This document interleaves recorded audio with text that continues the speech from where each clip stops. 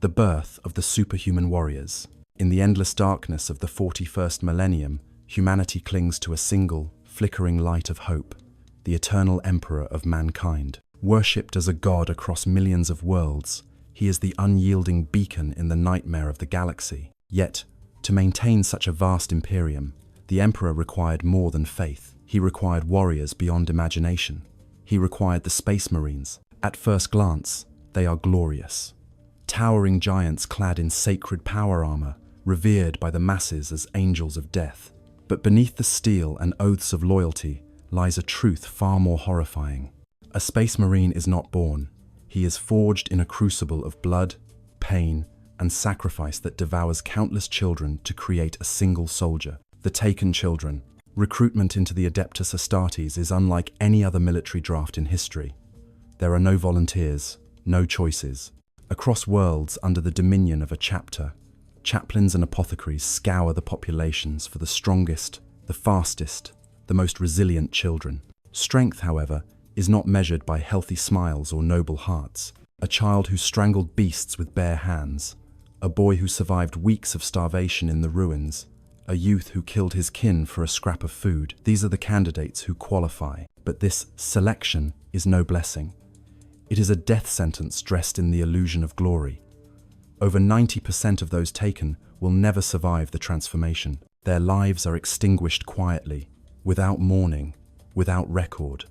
In the Imperium of Man, the deaths of thousands of children are but grains of sand in an ocean of blood. The Nightmare Forge. Those chosen are cast into trials no ordinary human could endure. They are starved in desert wastes, forced to fight predators bare-handed, or hurled into arenas where only the victor soaked in the blood of his peers is permitted to advance. The weak die, the strong survive, though often at the cost of their humanity. Some chapters push cruelty further still. The Space Wolves abandon their recruits in the feral wilderness, surrounded by ravenous wolves. Only those who return, bloodied but unbroken, may continue the path. Every chapter has its own rites, but all lead to the same destination: the annihilation of the child and the birth of something less and more. The gene seed. For those who endure, the real horror begins. The initiate's body becomes a canvas for surgery, implantation, and forced mutation. Over 19 genetic organs, the gene seed, are grafted into their flesh, each derived from the divine Primarchs themselves. The process is agony incarnate. Bones lengthen unnaturally. A second heart pounds within the chest. Their blood becomes a viscous ichor, clotting instantly upon exposure. Their lungs adapt to toxins. Their eyes reshape to pierce the void of darkness. Many die screaming on the operating table. Others twist into malformed abominations, their bodies rejecting the holy seed. Such creatures are executed without hesitation, their screams echoing as warnings to the rest. And yet, the few who survive are no longer human. They are neophytes, seeds of the angels of death to come, the erasure of humanity. But flesh alone does not create a Space Marine. The mind must also be reforged or broken. Through indoctrination, hypnotherapy, and ritualized torture, chaplains strip away the remnants of self. Family ties, childhood memories, dreams, and fears are burned out like impurities in a forge. What remains is a hollow vessel filled with two truths. Serve the Emperor, serve the chapter. They are not men. They are weapons. Glory or damnation. To the Imperium's citizens, Space Marines are living gods. Entire regiments of mortal soldiers crumble in awe or terror at their presence. A handful of Astartes can annihilate thousands of men with ease. Their every deed becomes legend, their very existence a symbol of divine wrath. But within their towering frames lies tragedy. Behind the steel masks are the echoes of stolen children boys who once laughed, cried, dreamed of futures now lost forever. Their immortality is a gilded prison. Their victories echo with screams unheard. And when the galaxy hails them as heroes, they alone understand the truth. They have no past. They have no family. They have no end but war. Death in battle is not defeat. It is the only release. The curse of immortality. The Imperium venerates its angels of death, proclaiming them eternal protectors of mankind. But their reality is a nightmare painted as salvation. They are slaves to war, chained by gene and oath, stripped of freedom. Every drop of blood they spill, Every planet they raise, every enemy they slaughter, all of it is built upon the stolen innocence of children fed into the furnace of the Imperium. They are immortal, mighty, and glorified. But they are not men, they are the cursed. And in the grim darkness of the far future, that is the most horrifying truth of all, the training and flesh-twisting transformation. If the brutal recruitment and gene seed implantation were the first steps into damnation, the next stage is the long crucible of training, a process that strips away the last fragments of humanity and sculpts the initiate into something monstrous, something magnificent, something utterly alien to the species from which they were born. This is not mere military training. It is indoctrination, mutation, and ritual torment, a nightmare journey designed to crush all weakness and erase every last shred of the boy who once existed. When it ends, what remains is not a man, but an angel of death. The 19 gifts of the gene seed. The gene seed is more than biology. It is a curse. Each organ has a purpose, each one reshaping body and mind in ways both miraculous and horrifying. The secondary heart pounds alongside the first, pumping a torrent of blood that can sustain life even when the body is torn apart. Yet it makes sleep shallow, restless, unnatural. The neophyte will never again rest as a human rests. The os medulla releases growth hormones that stretch the skeleton beyond human limits. Bones thicken, ribs fuse into a cage. The skull becomes reinforced like a helmet of bone. But the agony of this transformation is constant. Initiates feel their bones grinding, reshaping, cracking, day after day. The biscopee floods the body with muscle growth, twisting sinew into cords of steel. A once thin youth finds his frame ballooning into a giant, but the sensation is like being torn apart from within. The Larraman's organ alters the very blood, turning it into a self-sealing fluid. Wounds clot instantly into waxy scabs. Yet this miracle robs them of something human. The sight of warm red blood, the shared symbol of mortality, is gone. The omophagia, the so-called remembrancer organ, allows the Space Marine to absorb memories and instincts from flesh consumed. It is practical. Yes, eat the brain of an enemy, and their knowledge is yours. But in truth, it is monstrous. Cannibalism is not an aberration, but a tool. And every neophyte must learn to feast on the dead without hesitation. And so it continues. One after another, the organs rewrite what they are. The boy dies, and in his place rises a creature that can no longer be called human. The pain of becoming. These gifts are not granted without cost. They are hammered into the flesh through surgery, chemical baths, and constant hypnotherapy. Every waking moment, the initiate's body is racked with fever, pain, and spasms. Some nights they vomit black bile. Other nights their bones ache so fiercely they cannot stand.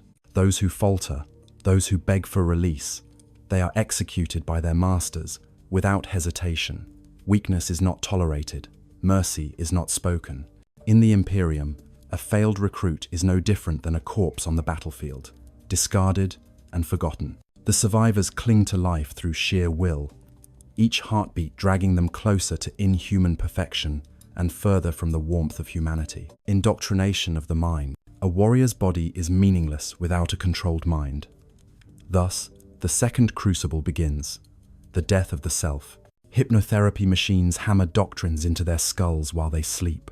Chaplains march them through sermons that last for days, voices rising in thunderous rage until the words burn themselves into memory. There is only the Emperor. The chapter is your father, your brothers, your life. You will know no fear. Day after day, they repeat the catechisms until they are no longer prayers, but reflexes. Compassion is painted as weakness. Doubt is heresy. Love, friendship, and individuality are shackles that must be broken. In the end, their minds no longer belong to them. They belong to the Imperium. Rituals of brotherhood and blood. Training is not merely physical or mental.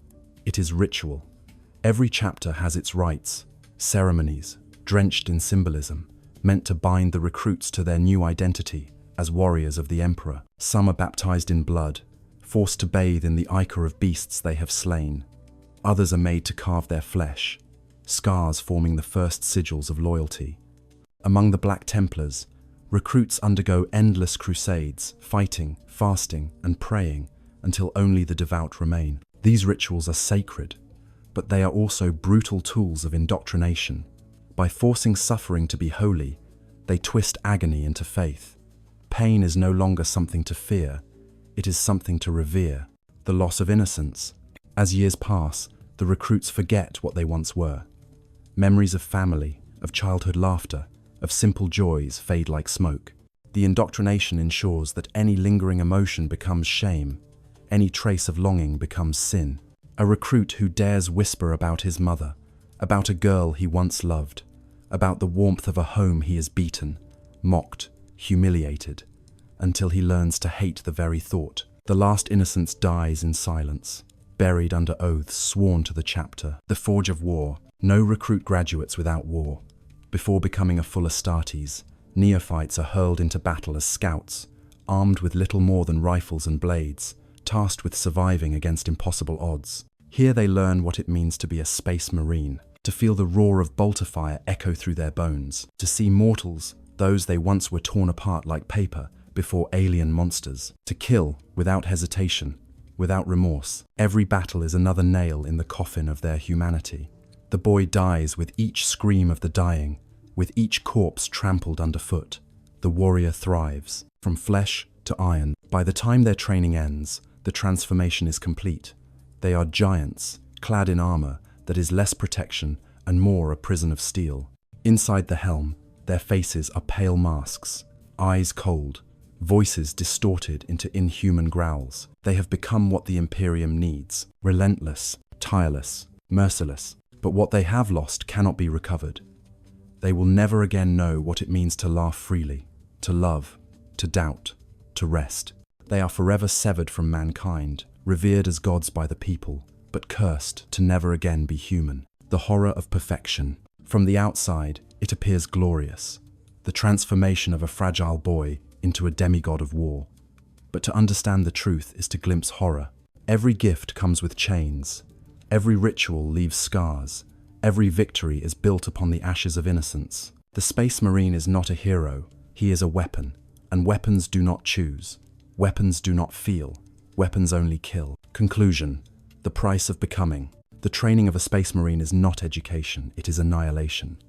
It takes a child and erases him, body and soul, leaving only the shadow of what once was, encased in steel and oath. This is the price of becoming an angel of death, to be worshipped, yet never free, to be immortal, yet never alive, to be perfect, yet forever cursed. In the grim darkness of the far future, the making of a Space Marine is not a triumph of science or faith.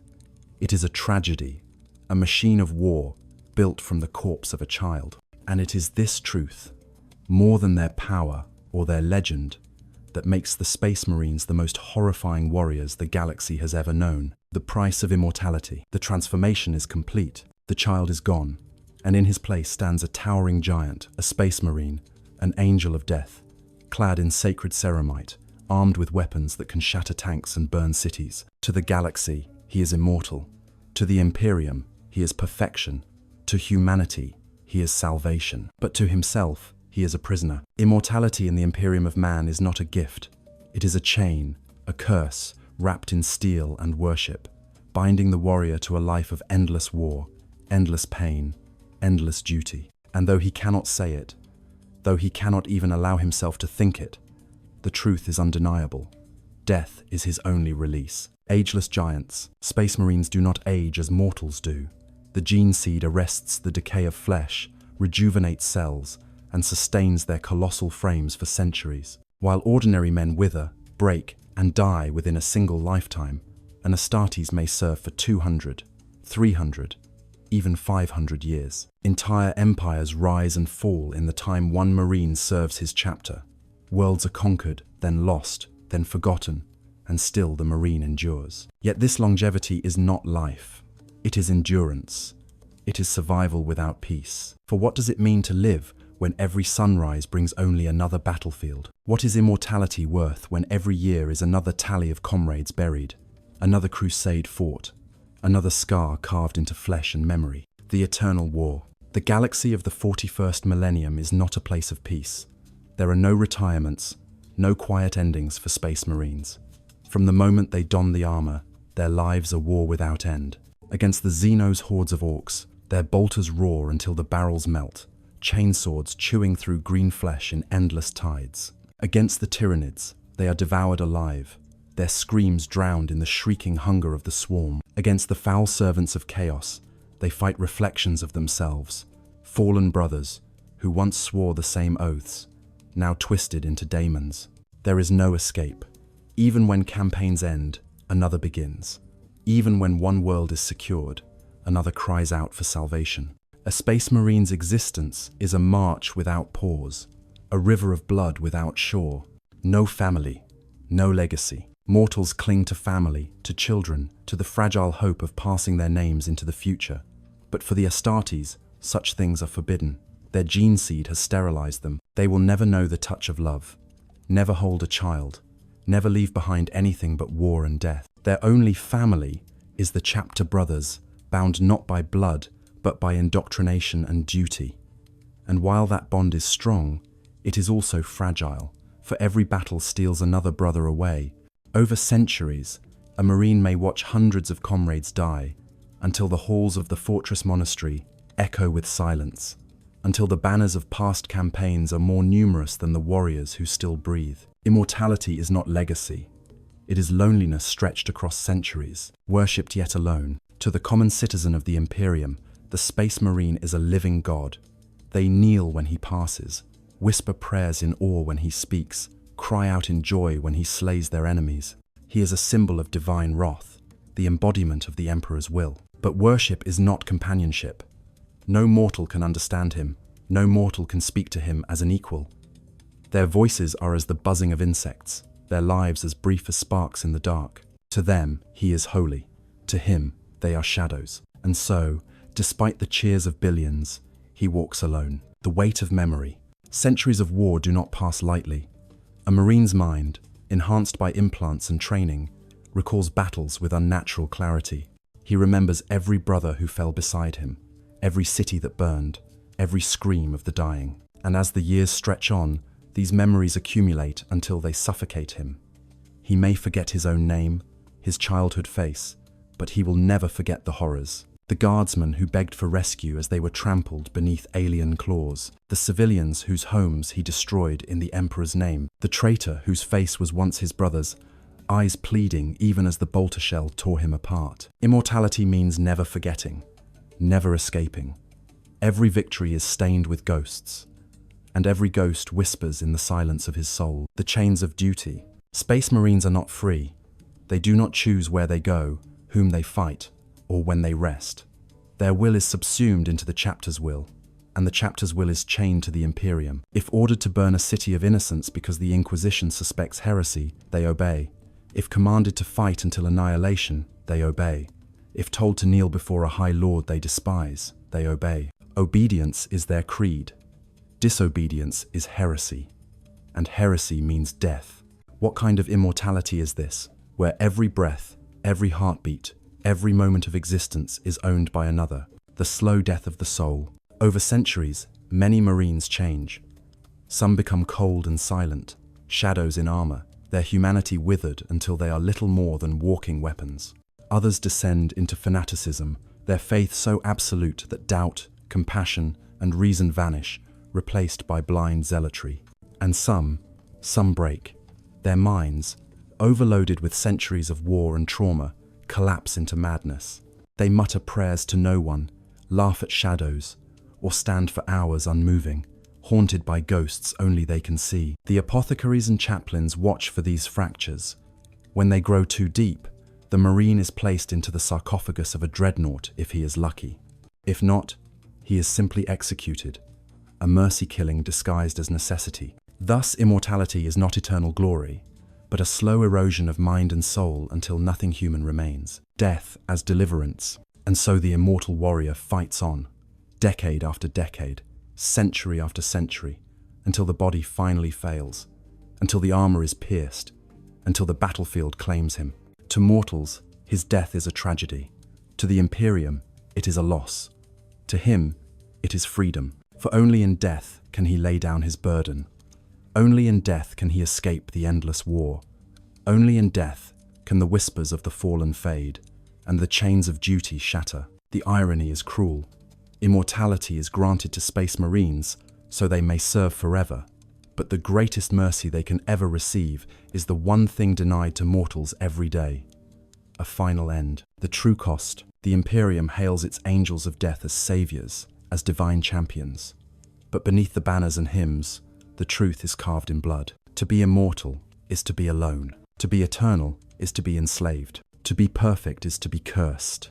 The price of immortality is not life eternal, but the slow, unending death of the self. And that is why the Space Marines, for all their glory, are the most tragic figures of the 41st millennium. The darkness within, for all their strength, for all their discipline, for all their devotion to the Emperor, the greatest threat to the Space Marines has never been the alien without, but the shadow within. The galaxy is filled with horrors, orcs, tyranids, necrons, drukhari, and yet none strike at the heart of the Imperium as deeply as the traitors who once swore loyalty. Because the most terrible truth of all is this: a Space Marine can fall, and when he does not simply betray, he becomes a monster, the seeds of corruption. From the very beginning, Space Marines are taught to know no fear, to know no doubt.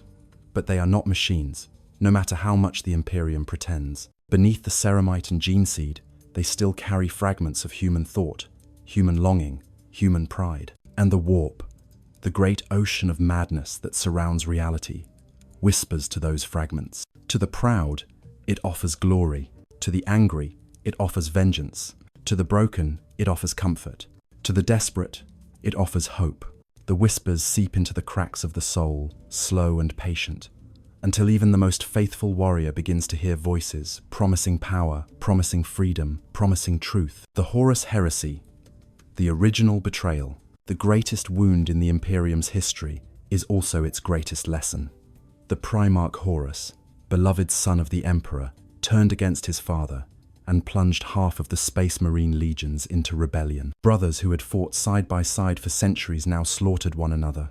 Entire legions fell to chaos, their loyalty twisted into hatred, their oaths shattered by whispers from the warp. The Horus Heresy proved that even the Emperor's chosen sons were not beyond corruption.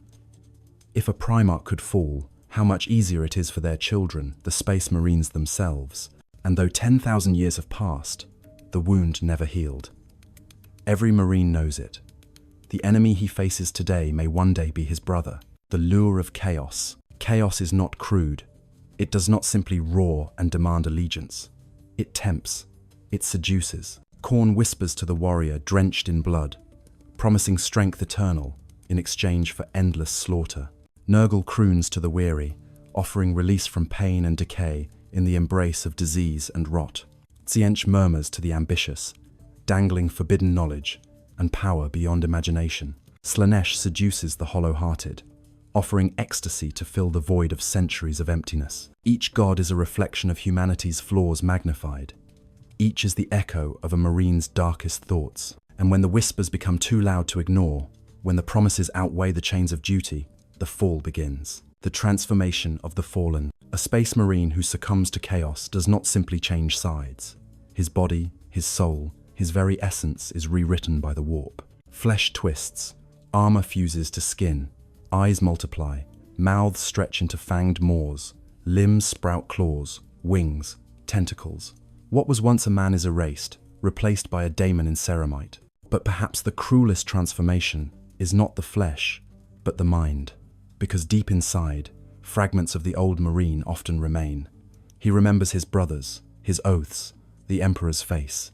And yet, he cannot stop himself. He has become something else, something monstrous. The tragedy is not that he fell.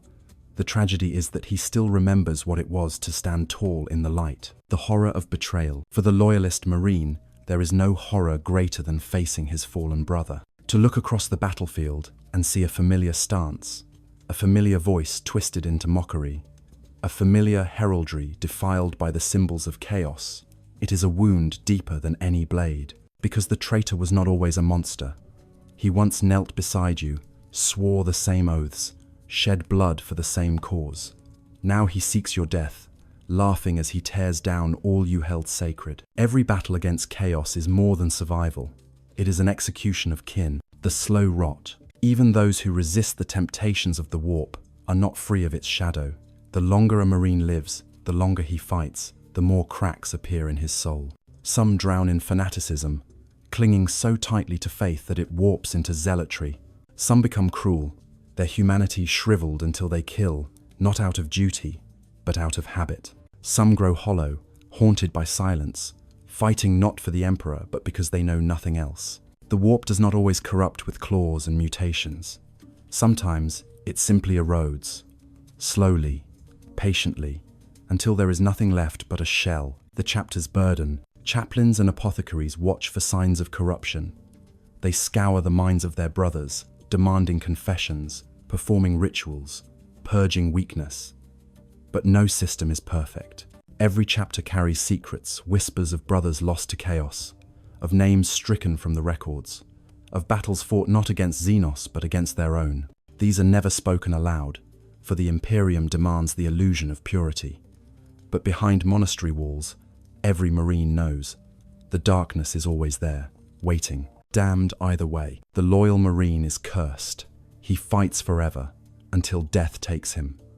The traitor Marine is cursed as well, but doubly so. Yes, chaos grants power. Yes, it grants freedom from the chains of the Imperium.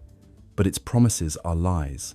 The longer a Marine serves chaos, the less of him remains. His body mutates beyond recognition. His mind dissolves into madness.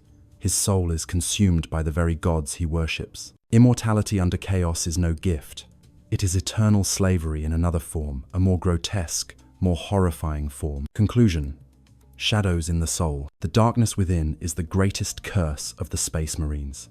It is not just the enemy across the battlefield. It is the whisper in their minds, the flaw in their hearts, the eternal reminder that they are not gods, but broken men in stolen flesh. And in the end, whether they stand loyal or fall to chaos, their fate is the same, to fight until nothing human remains. Glory or tragedy? The galaxy sees them as gods, towering giants clad in holy armor, wielding weapons that could sunder armies, descending from the skies in fire and thunder to the eyes of mortals.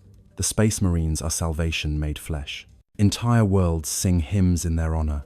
Citizens kneel in the streets when their dropships descend. Priests proclaim them the living will of the Emperor himself. And in truth, they are glorious. They are the shield of mankind, the wrath of the Imperium, the angels of death, who stand against a galaxy that wants nothing but humanity's extinction. But beneath that glory lies something far darker.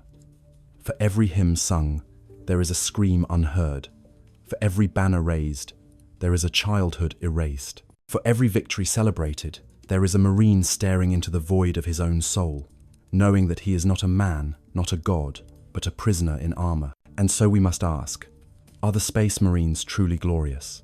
Or are they the greatest tragedy the galaxy has ever known? Worship without freedom. The Imperium venerates the Astartes as saints. In every cathedral, murals depict them slaying Xenos and demons. Statues cast in marble and gold rise in their likeness. Children are taught to revere them as the Emperor's chosen. But for the Marines themselves, there is no worship, only expectation. They are not free to choose. They cannot say no. When the Inquisition commands, they obey. When their chapter master decrees, they obey. When the galaxy burns, they are hurled into the fire. To the Imperium, they are saviors. To themselves, they are tools. What is glory if it is chained? Immortality without life. Space Marines live for centuries. They do not wither as men do. But their immortality is not life. It is endurance stretched beyond reason. Each decade brings new wars, new scars, new losses. Brothers fall one by one until only a handful remain, haunted by banners of campaigns long past. The Marine remembers it all with perfect clarity, his mind cursed never to forget. While mortals live, love, and die in the embrace of family, the Astartes live and kill until their hearts grow hollow. Their immortality is not a gift, but a slow starvation of the soul. What is eternity if it brings no joy? Victory without peace. The Space Marines are unmatched on the battlefield. Where they march, enemies shatter. Where they fight, victory is carved in fire and blood. But their victories are hollow. No matter how many foes they slay, the galaxy does not grow safer. For every orc horde burned away, another rises. For every world saved from the Tyranids, another is consumed. For every chaos cult purged, another festers in the shadows. The war is eternal. The battle is endless. Their victories are temporary, their sacrifices unending. What is triumph if it never ends? Brotherhood without endurance. The chapter is their only family. Brothers in arms, bound by oath and blood, living and dying together. For a Marine, there is no deeper bond. And yet, time is cruel. Every battle steals more brothers away. Every campaign leaves more sarcophagi filled, more names carved into the walls of remembrance. Over centuries, the veteran looks upon new recruits, children who were not there when his true brothers died, and though he fights beside them, the bond is thinner, weaker. Eventually, the Marine may be the last survivor of campaigns fought long before these neophytes were born. Alone in a sea of strangers who call him brother, but cannot understand the weight of what he has lost. What is brotherhood, if all brothers must fall? Duty without choice. Perhaps the cruelest truth is this: a Space Marine has no will of his own. His life belongs to the Emperor. His death belongs to the Emperor. Every action, every thought, every breath is chained to service. He may question in silence, but never aloud. He may doubt in the shadows of his heart, but never confess. To disobey is heresy, and heresy is punished with death, not only his own, but perhaps his entire chapters. Even in their final moments, bleeding out on a battlefield, their last words are not of themselves, not of family, not of peace. They are prayers to the Emperor, catechisms drilled into their skulls until they cannot imagine saying anything else. What is life, if it cannot be lived? Death as the final mercy. And so, after centuries of war, the Marine finally falls. Perhaps an alien claw pierces his armor. Perhaps a bolter shell from a traitor brother tears through his chest. Perhaps a daemon drags him screaming into the warp. Whatever the cause, the end is the same: death. For the Imperium, it is a tragedy. For the citizens, it is the loss of a hero. For the chapter, it is the fall of a brother. But for the Marine himself, it is mercy, it is release, it is freedom. Only in death does the chain break. Only in death does the burden end. Only in death does the curse of immortality finally give way to silence. And that is the cruelest truth of all. The most glorious warriors of mankind pray not for victory, not for life, but for death. The Emperor's angels, the Imperium calls them angels. And perhaps they are, but angels are not free. Angels do not laugh, or love, or dream. Angels serve. Angels kill. Angels obey. They are the wrath of a God who never asked them if they wanted this life. They are the broken remnants of children reforged into steel. They are the symbols of mankind's survival and mankind's damnation. To the galaxy, they are glorious. To themselves, they are damned. Glory or tragedy? So, what are they? Heroes or monsters? Saints or slaves? Gods or prisoners? The truth is both. They are glorious because without them, humanity would already be ash, consumed by alien swarms or enslaved by daemons. They are tragedy because their glory is bought with every shred of humanity torn from their souls until only a weapon remains. There is no answer because in the grim darkness of the far future, there is no hope, no peace, no salvation. There is only war. And at the heart of that endless war stand the Space Marines, the most glorious, the most tragic, the most horrifying warriors the galaxy has ever known.